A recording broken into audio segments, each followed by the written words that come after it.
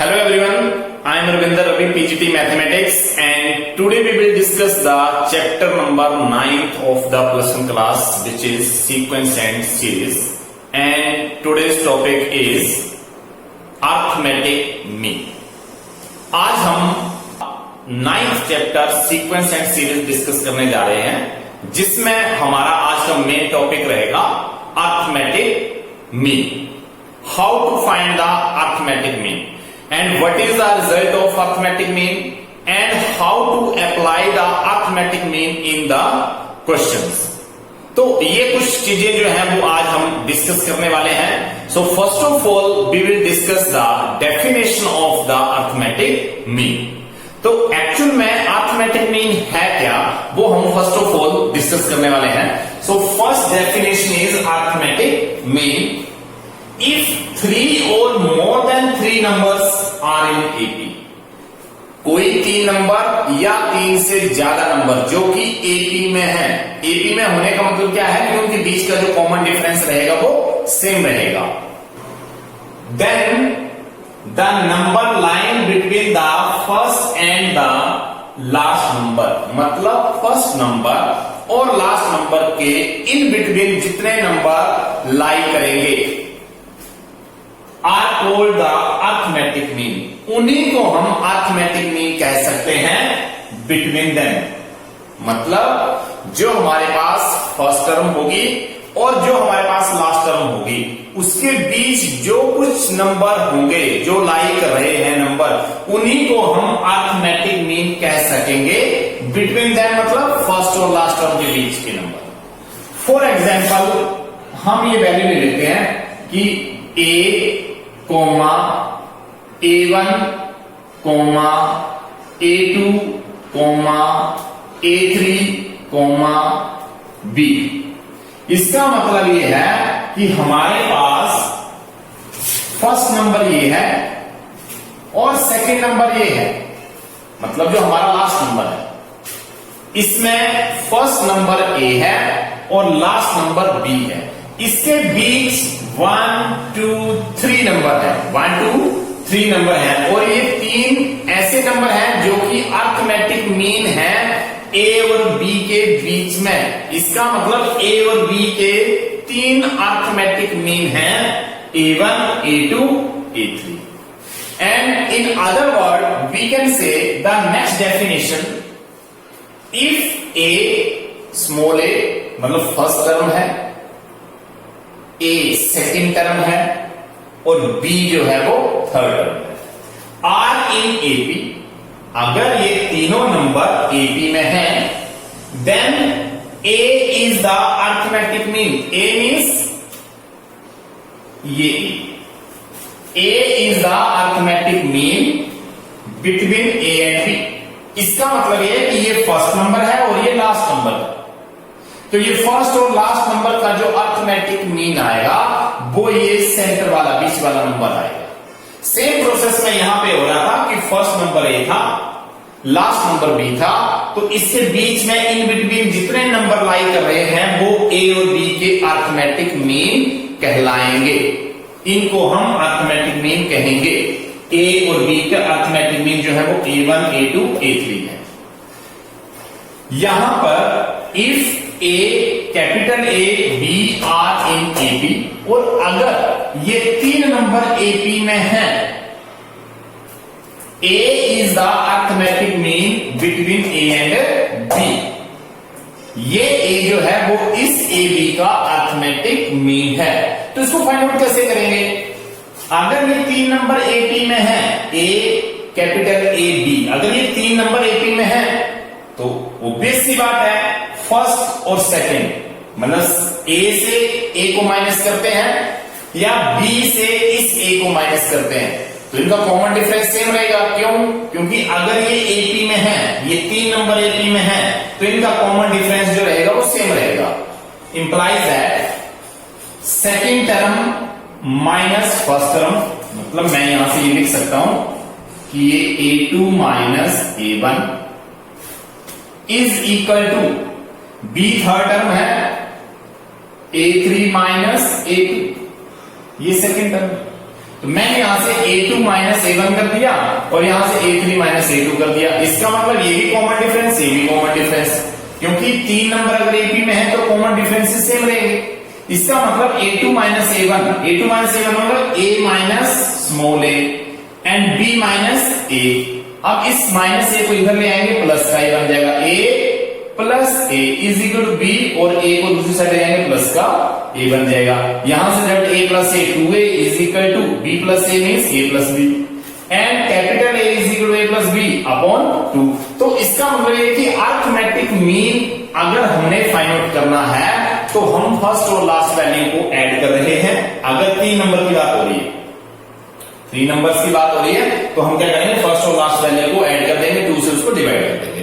Suppose करो for example अगर हम ले लेते हैं, फॉर एग्जांपल हमारे पास वैल्यू है 5 और लास्ट वैल्यू है 10, बीच में मुझे a को फाइंड आउट करना है। तो मैं इस a को फाइंड आउट करने के लिए करूंगा 5 प्लस 10 अपॉन 2, इसका मतलब 15 अपॉन 2, और 15 अपॉन 2 मतलब 7.5। इसका मतलब इसके बीच का जो अरिथमेटिक मीन है वो 7.5 है। तो मैं यहां पे नेक्स्ट लाइन में ये लिख सकता हूं कि 5, 7.5 और 10। अब यहां पे 5, 7.5 and 10 are the number in AP. ये तीनों के तीनों नंबर एपी में है, जिनके बीच का जो कॉमन डिफरेंस है 7.5 माइनस 5 करेंगे तो 2.5 रहेंगे। यहां पे देख सकते हैं कि 7.5 minus 5 is equal to 10 minus 7.5। तो यहां पर भी 2.5 और यहां पर भी 2.5। तो यहां से हम वैल्यू, एक जो रिजल्ट प्रिपेयर यहां से ये हो रहा है कि जब हम ए बी का अरिथमेटिक मीन फाइंड कर रहे हैं तो हम इस ए को और इस बी को ऐड कर रहे हैं, 2 से डिवाइड करने के बाद अरिथमेटिक मीन निकलाएगा। जब हमारे पास फर्स्ट और लास्ट वैल्यू ऐड होगी और 2 से उसको डिवाइड करेंगे तो उसके बीच वाला नंबर आ जाएगा हमारे पास। मतलब क्या है कि अरिथमेटिक फर्स्ट वैल्यू और लास्ट वैल्यू को अगर हम ऐड करेंगे और 2 से डिवाइड करेंगे तो फर्स्ट और लास्ट जो वैल्यू है उसके इन बिटवीन जो नंबर आएगा, जो बिल्कुल उन दोनों के सेंटर में नंबर रहेगा, मिडिल में, वो नंबर हमारे पास आ जाएगा। सपोज करो हम फर्स्ट वैल्यू 10 लेते हैं, सेकंड वैल्यू 20 लेते हैं, तो बीच का नंबर जो होगा वो 15 आएगा। क्यों? क्योंकि 10 प्लस 20 अपॉन 2 करेंगे तो 15, और 15 एक ऐसी वैल्यू है जिसका 10 से डिफरेंस लेते हैं 5 और 20 का 15 से डिफरेंस लेते हैं तो 5। तो इसका मतलब 15 जो होगा वो 10 और 20 का अरिथमेटिक मीन होगा। सो इसके रिलेटेड हम एक और रिजल्ट करने वाले हैं। So let us start now. The next topic is sum of n arithmetic mean between A and B.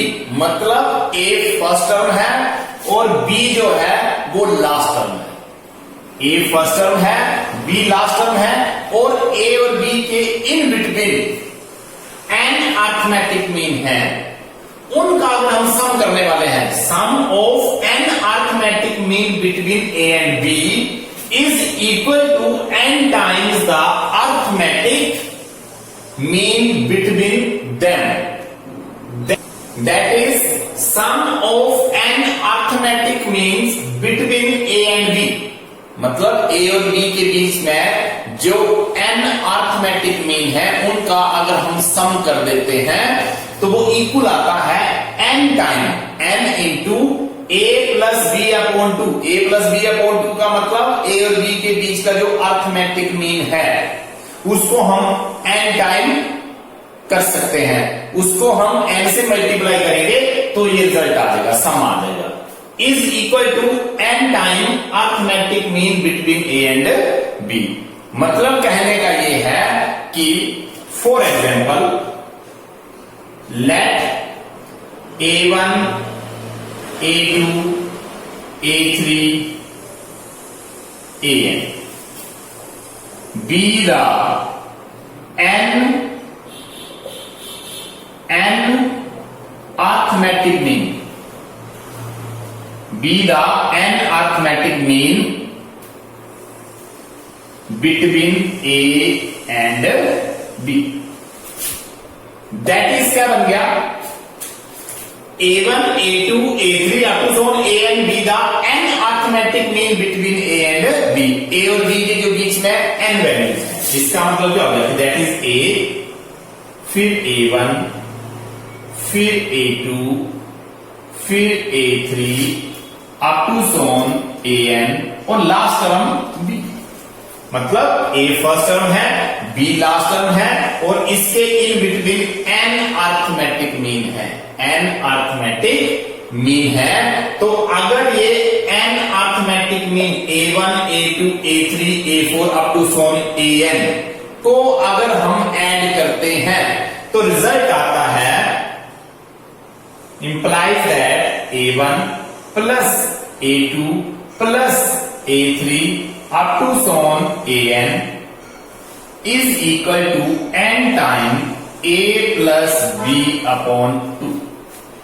कहने का मतलब यह है कि हमारे पास इन n अरिथमेटिक मीन को प्लस कर देते हैं, ऐड कर देते हैं, तो वो n time mean of A B आ जाता है, n time arithmetic mean of A B आएगा। तो इस रिलेशन को अब हम प्रूव करने वाले हैं। तो प्रूव कैसे होगा कि अब हमारे पास A फर्स्ट टर्म है, A1 सेकेंड टर्म है, A2 जो है वो थर्ड टर्म है, A3 जो है वो फोर्थ टर्म है, अप टू सोन n। इसका मतलब ये है कि अगर हम यहां से ये वाली टर्में चूज करते हैं, मैं A1, A2, A3 up to so on AN की बात करूं तो ये n नंबर्स हैं। कितने नंबर्स हैं ये? n टर्म्स हैं, ये n टर्म्स। अगर ये n टर्म्स हैं तो फर्स्ट और लास्ट टर्म को ऐड करने के बाद नंबर ऑफ टर्म जो बनते हैं, नंबर ऑफ टर्म जो बनते हैं वो n+2 बन जाते हैं। n+2 इस वजह से बन जाते हैं क्योंकि n नंबर तो ये आ गए और एक नंबर ये है, एक नंबर ये है, मतलब दो नंबर ये साथ में और है। तो इसका मतलब 1 + 1 2 और n नंबर ये, तो n+2। अब यहां से हम b की बात करें, b, तो b जो है वो लास्ट टर्म है। b क्या चीज है? b लास्ट टर्म है। और b लास्ट टर्म होने का मतलब क्या है कि ये n+2 टर्म है ये, क्योंकि b जो है वो लास्ट टर्म बनते हैं और लास्ट टर्म का रिजल्ट कितना होता है? an। लास्ट टर्म जो है वो an है, लेकिन हमारे पास लास्ट टर्म यहां पे है b और हमारे पास लास्ट टर्म जो है हमारे पास वो n+2 टर्म्स है, तो an+2। तो यहां तक आप लोगों को क्लियर हो गया। अब यहां से जैसे हम इसको एक्सपेंड करेंगे, an+2 को अगर हमने लिखना होगा तो अगर मैं an को a + n-1 into d लिखता हूं तो an+2 को मैं लिखूंगा a + n+2 - 1 into d। तो यहां से a + n-2 - 1 into d। अगर मैं an+2 लिखना चाहता हूं तो n की जगह मैं क्या कर दूंगा? n+2, इस n की जगह n+2 लिखूंगा। तो ये मेरे पास रिजल्ट आ गया है यहां पे। अब हमारे पास यहां से क्या रिजल्ट आएगा? अब हमारे पास इस a को इधर ले आएंगे हम, b - a करेंगे और b - a करने के बाद यहां पे जो रिजल्ट रहता है वो n+2 - 1, इसका मतलब n+1 into d। तो यहां से मेरे पास जो रिजल्ट आएगा वो b - a upon n+1 is equal to d। तो यहां से d की वैल्यू मैंने फाइंड आउट कर ली है, d की वैल्यू जो वो मैंने फाइंड आउट कर ली है। अब d मेरे पास आ चुका है, तो यहां से नाउ फर्स्ट टर्म तो as it is first term है, a1 सेकेंड टर्म जो है वो ये a1 है। अगर देखा जाए तो फर्स्ट टर्म तो a है, a को a लिख दिया मैंने, सेकेंड टर्म a1 है, यहां से फर्स्ट टर्म a1, ये a2 है। इसको ये जो a1 मेरे को मिल रहा है, ये a1 वो a2 के इक्वल है और a2 के इक्वल होने का मतलब a + डी। और a प्लस डी को अगर मैं लिखना चाहूं तो मैं लिखूंगा a plus B minus A upon n plus one यहां से। क्यों? क्योंकि ये a आ गया और ये b की वैल्यू पुट कर देंगे। इसी तरीके से अगर मैं a3 लिखूंगा तो मैं लिखूंगा a2, क्योंकि ये फर्स्ट टर्म a1 है, ये मेरे पास ये वाली टर्म जो है वो a1 है, ये मेरे पास a2 है, ये मेरे पास a3 है, ये मेरे पास a4 है। अप टू सोन चलेगा ये वैल्यू। तो इसका मतलब क्या है, और ये वाली जो वैल्यू मेरे पास वो a n+1 है। क्यों? a1 के लिए a2 है, 2 के लिए 3 है, 3 के लिए 4 है, तो n के लिए n+1 होगा। और ये जो b है वो a+2 टर्म, n+2 टर्म, ये जो है वो n+2 टर्म, b लास्ट वाली वैल्यू जो वो a n+2 है। तो a2 की वैल्यू को मैं लिखूंगा a+2d। a+2d के लिए मैं लिखूंगा a+2 into D. 2 into D मतलब क्लियर। यहां से ये a+2 इंटू। इसी तरीके से जब मैं a n+1 की बात करूंगा, a n+1 की बात करूंगा तो मेरे पास यहां पे a n है। मैंने a1 की वैल्यू लिखी यहां पर, a1 का मतलब a, a2 का मतलब a1, a3 का मतलब a2, a4 का मतलब a3, और यहां पे a n+1 का मतलब a n। तो यहां पे मैं लिखूंगा a प्लस, यहां जो वैल्यू आप लोगों के पास आएगी यहां पे, तो यहां पे मैं लिखूंगा nd, यहां पे वैल्यू आएगी a। देखिए यहां पे 2 था तो यहां 2 था, यहां पे 1 था तो 1d था, यहां पे an है तो यहां पे nd था, इस पर n, और यहां पे b minus a upon n+1। तो ये वैल्यूज मैंने फाइंड आउट कर ली हैं, मैंने वैल्यूज फाइंड आउट कर ली हैं a1। अब हम रिजल्ट करने वाले हैं यहां से, यहां से। Now a1 plus a2 plus a3 plus up to so on an। Now अब हम a1 a2 a3 up to so on an add करना चाहते हैं, तो हम क्या लिखेंगे कि a1 plus a2 plus a3 up to so on an, मतलब n टर्म्स का ये सम है। और n टर्म्स का सम जब फाइंड आउट होता था तो हम Sn is equal to n/2 a plus l apply करते थे। ये रिजल्ट हम वहां लगाते थे, वहां जहां फर्स्ट टर्म और लास्ट टर्म हमारे पास गिवन होती थी। तो ये फर्स्ट और लास्ट टर्म हमारे पास अगर गिवन है तो हम लिखेंगे यहां पे नंबर ऑफ टर्म्स, यहां पे 1 से लेकर n तक है, n/2, और फर्स्ट टर्म a1 है और लास्ट टर्म जो है वो an। तो यहां से हमारे पास रिजल्ट आ जाएगा n/2, और यहां पे फर्स्ट a1 की वैल्यू यहां से फाइंड आउट की है मैंने, यहां पे ये रिजल्ट आ गया a plus b minus a और अपॉन n+1। ये मेरे पास a1 की वैल्यू, और an की वैल्यू मैंने ये फाइंड आउट की है। तो an की वैल्यू जो वो मेरे पास है a plus n into b minus a upon n+1, ये मेरे पास। नाउ नेक्स्ट स्टेप में n/2 और a प्लस a, ये बन जाएगा 2a प्लस, यहां से b minus a upon n+1, b minus a upon n+1, तो इसका b minus a upon n+1, ये टर्म कॉमन है, अंदर आपके पास 1 प्लस n बच जाए। ये वैल्यू कैसे आएगी ना, अगर हम इस वैल्यू को 1 से मल्टीप्लाई करते हैं तो ये आ जाएगा, और प्लस का साइन एज इट इज, और इस टर्म को n से मल्टीप्लाई करते हैं तो n इंटू ये टर्म आ जाएगी। तो एक्चुअल में ये वाली टर्म जो है वो n/2, और यहां से जो रिजल्ट हमारे पास बनेगा वो बनेगा 2a plus b minus a, और ये n+1 और 1 प्लस n आपस में क्या हो जाएंगे, कैंसिल, ये टर्म कैंसिल हो। यहां से जो रिजल्ट बचेगा वो n/2 बचेगा, और यहां से 2a माइनस a जो कि a बचेगा और प्लस का b बचेगा। तो नेक्स्ट स्टेप में हम n इंटू इसको a प्लस b और इस 2 को इसके अपोन में लिख सकते हैं। तो ये रिजल्ट हमारे पास जो है वो n into a plus B upon 2 आ गया।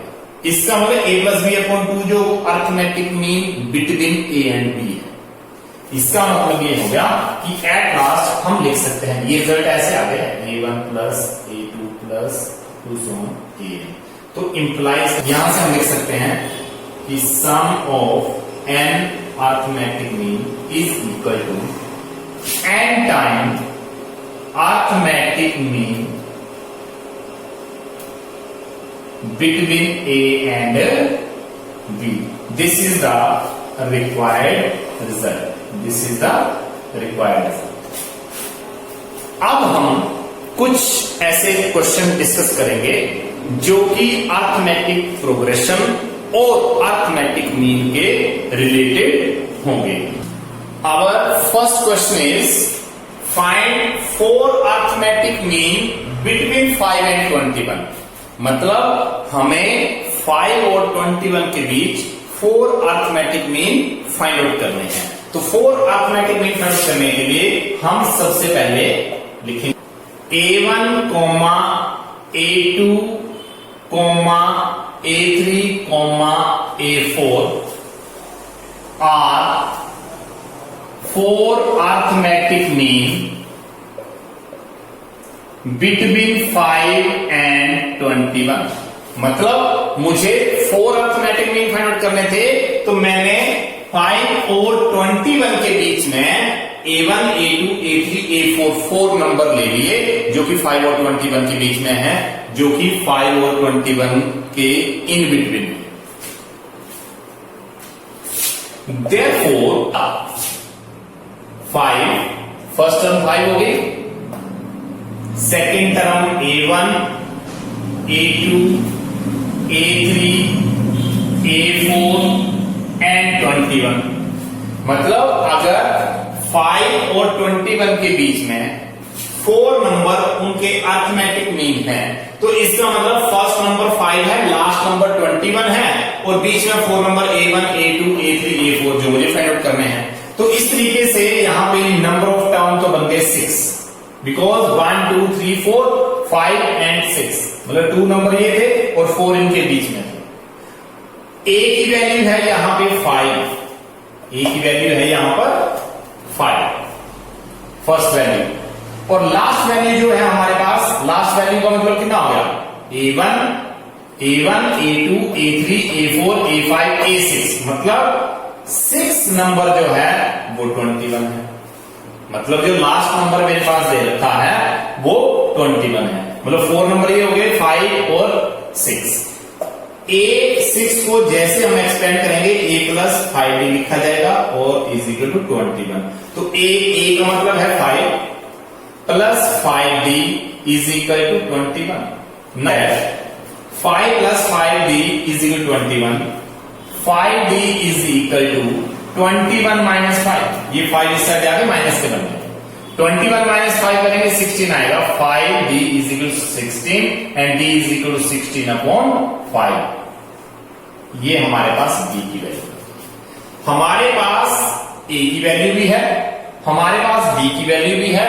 अब हम फर्स्ट 4 नंबर लिख सकते हैं।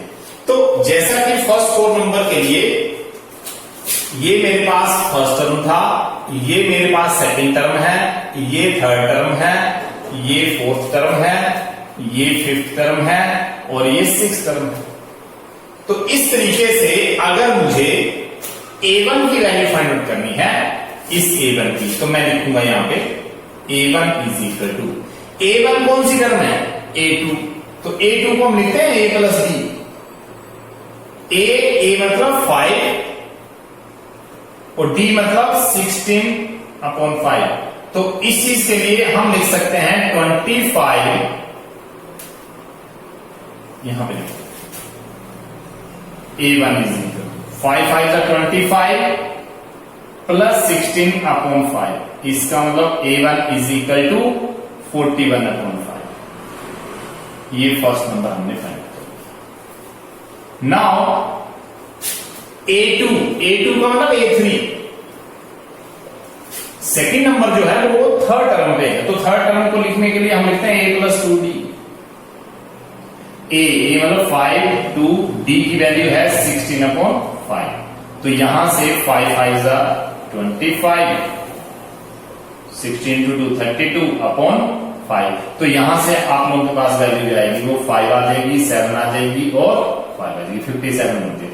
इसका मतलब A2 की वैल्यू जो है वो 57। इसी तरीके से अब हम A3 फाइंड करेंगे, और A3 का मतलब क्या है कि वो टर्म फोर्थ टर्म है, तो A + 3D, A + 3D, A + 3D का मतलब ये हो गया कि A 5 और 3 × 16/5, तो मतलब 25 + 48/5, तो यहां से जो रिजल्ट आप लोगों के पास आएगा वो यहां 5 + 8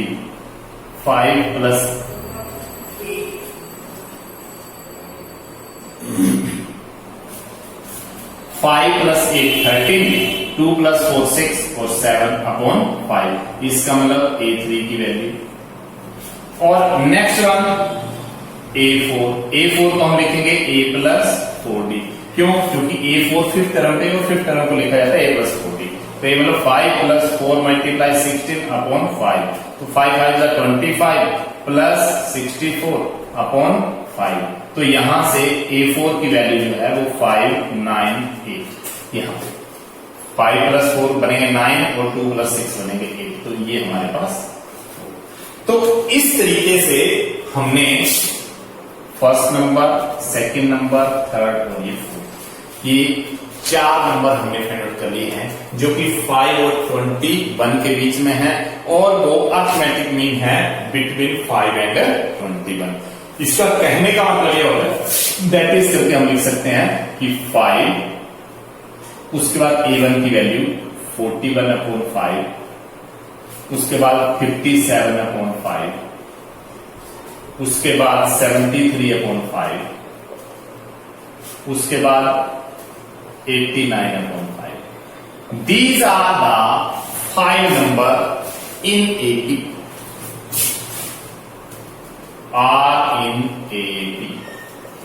अरिथमेटिक मीन का मतलब ही ये है कि जब हम दो नंबर के बीच में जितने नंबर हम फाइंड आउट करने जा रहे हैं वो सारे के सारे AP की फॉर्म में आएंगे। AP की फॉर्म में आने का मतलब ये है कि इन 2 का डिफरेंस करेंगे, इन 2 का करेंगे, या इन 2 का करेंगे, या इन 2 का करेंगे, तो सेम डिफरेंस रहेगा, और सेम डिफरेंस होने का मतलब क्या है, ये नंबर AP में है। तो अरिथमेटिक मीन के जितने क्वेश्चन अब हम करने वाले हैं, एट लास्ट जब हम अरिथमेटिक मीन फाइंड आउट कर लेते हैं तो जो नंबर हमारे पास रिक्वायर्ड मिलते हैं वो सारे के सारे AP में मिलते हैं, AP में आते हैं वो सारे नंबर। माइनस A⁴n को उठाएंगे, इस साइड लेके आएंगे, क्लियर, n + 2B⁴n, 2B⁴n, इस B को उठाएंगे, इधर लाएंगे, इज इक्वल टू, ये टर्म इस साइड चली गई है, ये टर्म इस साइड चली गई है, we have left with only 2 terms, A × Bn-1 plus B × A n-1, ये टर्में बच गई है। अब यहां से नेक्स्ट स्टेप में 2A⁴n माइनस A⁴n, मतलब A⁴n ओनली बच गया, 2B⁴n माइनस B⁴n का मतलब B⁴n बच गया, और यहां से इस टर्म में से हमारे पास AB⁴n plus B × A⁴n and A⁴n-1, इस टर्म को उठाएंगे और इधर लेके आएंगे, माइनस B × A⁴n-1, और यहां से ये टर्म एज इट इज, और B⁴n को उठाया इधर। कहने का मतलब ये है कि A⁴n था और यहां पे A⁴n-1 था, तो मैंने A⁴n और A⁴n-1 वाले टर्म को कलेक्ट कर लिया। सिमिलरली B⁴n-1 था और यहां पे B⁴n था, तो इसको कलेक्ट कर लिया। यहां से हम वैल्यू कॉमन ले सकते हैं कि कि a raise to power n, a raise power n minus 1, तो यहां से a raise power n minus 1 common आ जाएगा, अंदर बच जाएगा a minus b। a raise power n minus 1 common ले लिया तो a रह गया, क्योंकि a raise power n minus 1 into a करेंगे तो a रेज पावर n बन जाएगा, और minus b as it is, a raise power n minus 1 बाहर। Similarly b raise power n minus 1 और b रेज पावर n, तो इसमें common b raise power n minus 1 यहां आ जाएगा और अंदर आ जाएगा a माइनस b। यहां पर भी आपके पास b रेज पावर n था, तो b raise power n minus 1 को कॉमन लेके एक b यहां पे रह गया, तो यहां से ये फैक्टर और ये फैक्टर क्या हो जाएंगे, cancel, and we have left with a raise to power n minus 1, और इस टर्म को इधर लेके आएंगे b n minus 1 is equal to 1।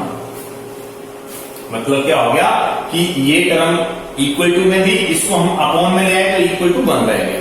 देखिए क्रॉस मल्टीप्लाई करेंगे तो सेम वैल्यू आ जाएगी। इंप्लाइज दैट हम a upon b whole raise to power n minus 1, इसका मतलब a की पावर भी n माइनस 1 है, b की पावर भी n माइनस 1 है, और इज इक्वल टू 1। अब यहां से n माइनस 1 पावर आ रही है यहां पर, और यहां पे है वैल्यू 1, तो मैं अगर बेस a अपॉन b बना दूं और रेस ऑफ 0 कर दूं तो भी इसकी वैल्यू 1 नहीं आएगी। a upon b raise of 0 करने के बाद भी ये हम इस वजह से कर रहे हैं क्योंकि लेफ्ट हैंड साइड में a अपॉन b बेस है, इसलिए मैंने यहां पर भी a अपॉन b बेस ले लिया, पावर इसका 0 कर दिया। 0 पावर करते ये टर्म सोल्व करते 1 इक्वल आ जाएगी, और यहां से अगर यहां पर और यहां पर और बीच में इक्वलिटी का साइन है तो पावर भी इक्वल होगा, तो इसका मतलब n की वैल्यू यहां से 1 आ जाएगी। This is the required answer. मतलब हमने इस 1 को चेंज कर दिया a upon b whole ratio of 0। ये हम इस वजह से कर रहे हैं क्योंकि लेफ्ट हैंड में जो बेस है वो a अपॉन b है, हमने राइट हैंड साइड में भी बेस को a अपॉन b बना लिया और रेशो ऑफ 0 कर दिया ताकि ये रिजल्ट 1 के इक्वल आ जाए। अब बेस इक्वल हो गया, इसका मतलब क्या है कि बीच में इक्वालिटी का साइन है, तो ऑब्वियस सी बात है कि ये पावर भी आपस में इक्वल होंगे, तो n माइनस 1 जो वो 0 इक्वल आ गया, n की वैल्यू 1 आ गई, and this is the required answer. This is the required result. Our next question is question number 3, between 1 and 31। मतलब हमारे पास दो नंबर दे रखे हैं, एक 1 दे रखा और एक 31 दे रखा है। m numbers have inserted in such a way that the resulting sequence is an AP। इसका मतलब मुझे 1 और 31 के बीच में m नंबर इंसर्ट करने हैं जो कि AP में हैं, and the ratio of the 7th and m minus 1th term number is 5:9। और जब मैं m नंबर फाइंड आउट कर लूंगा, इंसर्ट कर लूंगा, तो 7th and m minus 1th number जो मेरे पास आएगा उसका जो रेशियो वो 5:9 दे रखा है। Find the value of m। तो सबसे पहले हम क्या करेंगे कि late a1 a2 A3 up to so on AM are m numbers between 1 and 31, 1 और 31 के बीच में, that is 1 फर्स्ट नंबर आ गया, उसके बीच में A1 A2 A3 up to so on AM, और लास्ट नंबर है 31। तो ये मेरे पास जो है वो एक नंबर्स का सीक्वेंस बन गया, मतलब फर्स्ट वैल्यूज 1 है, लास्ट वैल्यू 31 है, और इसके इन बिटवीन जो वैल्यूज हैं, इन बिटवीन वैल्यू का मतलब ये वाली वैल्यू जो है, इन वैल्यूज को मैंने फाइंड आउट करना है जो कि m नंबर्स हैं, A1 A2 A3 up to AM। तो यहां से देखा जाए तो ये A1 टर्म है, यहां से देखा जाए तो ये A2 टर्म, ये A3 टर्म, ये A4 टर्म, तो इसका मतलब ये m+1 टर्म, बिकॉज 1 के लिए 2, A2 के लिए थर्ड टर्म, A3 के लिए फोर्थ टर्म, ऑब्वियस सी बात है एक बढ़ रही है वैल्यू, तो m के लिए m+1 टर्म, और यहां पे m+2। क्यों? क्योंकि m नंबर ये थे और 1 नंबर ये और 1 नंबर ये, इसका मतलब टोटल वैल्यू जो आप लोगों के पास आएगी वो n is equal to m+2। Number of term जो है वो कितने हैं, m+2। मतलब इस सीक्वेंस में जो टर्म्स आएंगे वो n टर्म्स तो ये हैं, a1 a2 a3 up to m, 1 value और 31 वैल्यू, 2 वैल्यूज ये हैं, तो इसमें टोटल मिला के m+2 वैल्यू आएंगे। और यहां पर a की वैल्यू जो है वो 1 है, मतलब इसका जो फर्स्ट वैल्यू है, फर्स्ट टर्म वो 1 है। अब यहां से जो लास्ट वैल्यू बनती है, लास्ट वैल्यू कौन सी बनती है, am+2 जो है वो 31 बनता है। और अब यहां से हम इंप्लाई कर सकते हैं कि am+2 इज इक्वल टू 31, और जब इसको एक्सपेंड किया जाएगा तो am+2 -1 into d is equal to 31। क्यों, क्योंकि लास्ट टाइम को जब भी एक्सपेंड करते थे a+n-1 इंटू d आता था, तो जो n यहां पे होता था वो वैल्यू यहां पे होती है। तो यहां पे m+2 है तो n की जगह m+2 ले लिया जाएगा। तो यहां से a+m2 -1, m+1 बच जाएगा, d बच जाएगा 31। अब a की वैल्यू पुट कर देंगे हम 1 और m+1 इंटू d और 31। तो m यहां से डायरेक्टली हम लिख सकते हैं कि d की वैल्यू 31 और ये 1 इस साइड जाएगा तो बन जाएगा 30 और अपॉन m+1। तो ये वाली वैल्यू जो है वो d की हमारे पास आ चुकी है। मतलब मेरे पास एक तो a वैल्यू आ चुकी है, एक मेरे पास a वैल्यू आ चुकी है, और एक मेरे पास जो है वो d की वैल्यू आ चुकी है। मतलब मैंने a मेरे पास है, d मेरे पास है। अब हम रेशियो फाइंड करते हैं according to question. According to question में क्या लिखा था कि ratio of 7th means according to question, according to question, according to question में a7 अपॉन am-1 इसका जो रेशियो दिया है वो 5:9 दे रखा है, 5:9 दे रखा है। तो a7 को हम क्या लिख सकते हैं, सपोज करो a1 को a2 लिखा जा रहा है, a2 को a3 लिखा जा रहा है, a3 को a4 लिखा जा रहा है, तो a7 को हम लिखेंगे a8।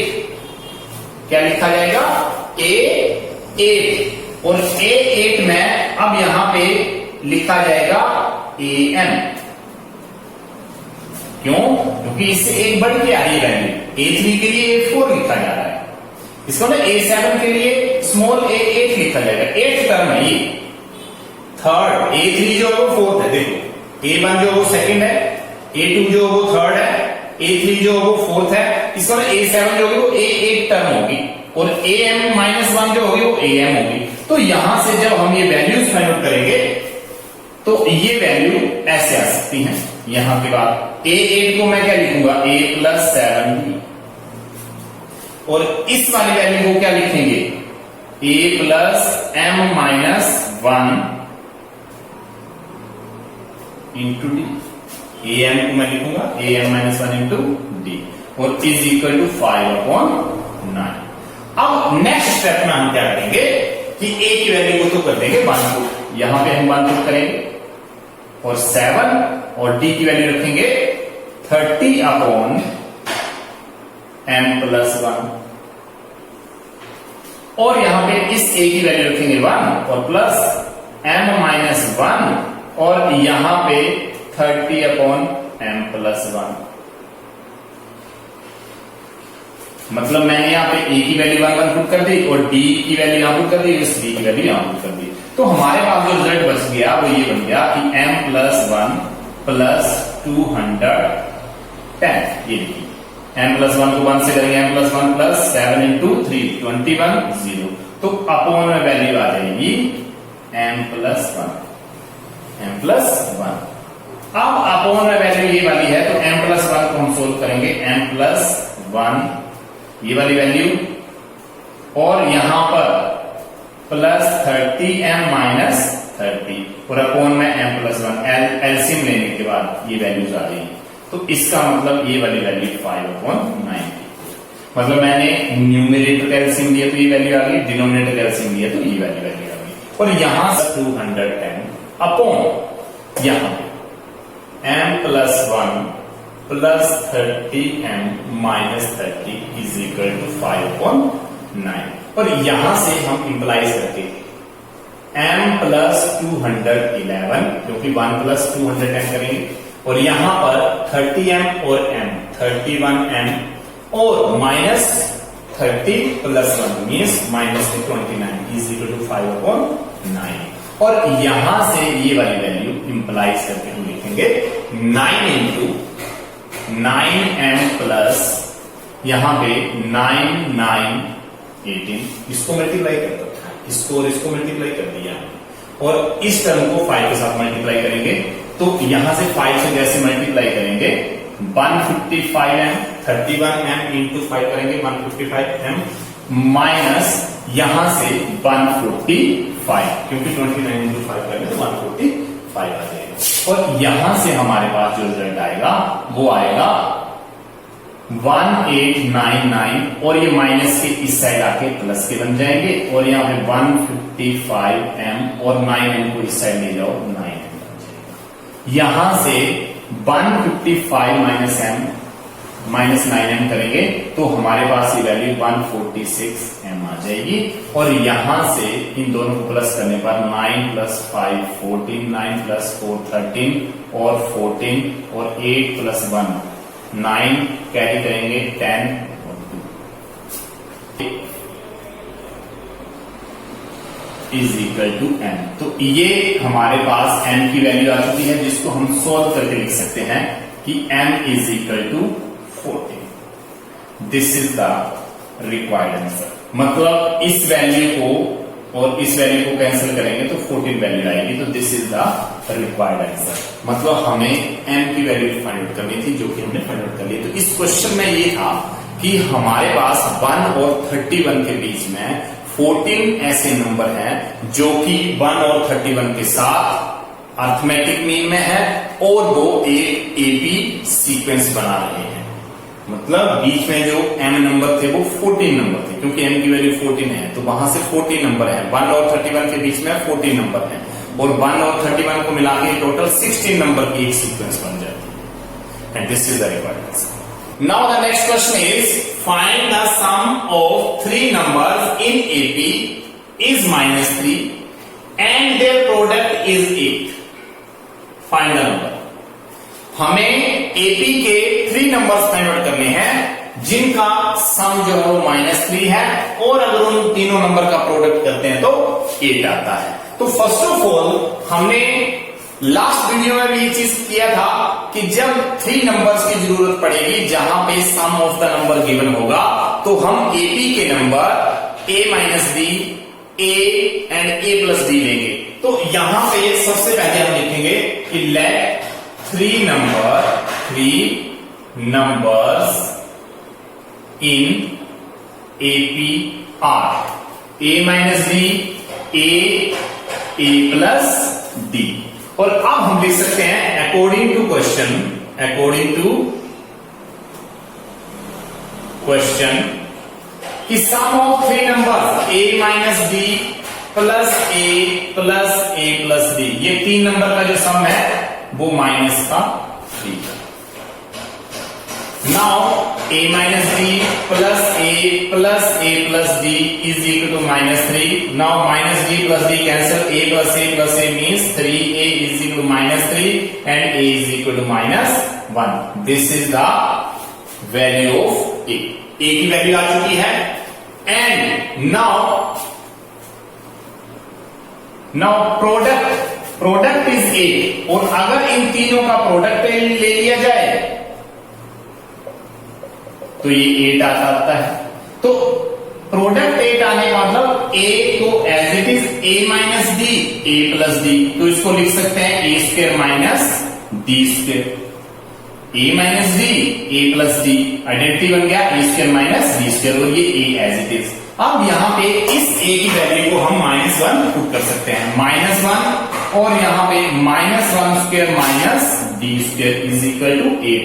-1 एज इट इज और -1 को स्क्वायर करेंगे 1 d square is equal to 8। -1 से 1 मल्टीप्लाई करेंगे -1 माइनस माइनस प्लस और d square is equal to 8 और d square is equal to 8 -1 को दूसरी साइड ले जाएंगे प्लस का बन जाएगा 9 बन जाएगा d स्क्वायर 9 और d की वैल्यू जो वो प्लस माइनस 3। तो d की वैल्यू प्लस 3 और d की वैल्यू -3। तो इसका मतलब ये हो गया कि या तो हम d की वैल्यू को +3 रख लें या तो -3। तो केस फर्स्ट में हम करेंगे a is equal to -1 d is equal to 3। a की वैल्यू को मैंने -1 रख लिया और d की वैल्यू को 3 रख लिया। Therefore 3 numbers are a minus d मतलब -1 और -3 इसका मतलब -4 और a इज इक्वल टू -1 और a प्लस d का मतलब -1 और प्लस के 3। तो यहां पे वैल्यू आएगी 2।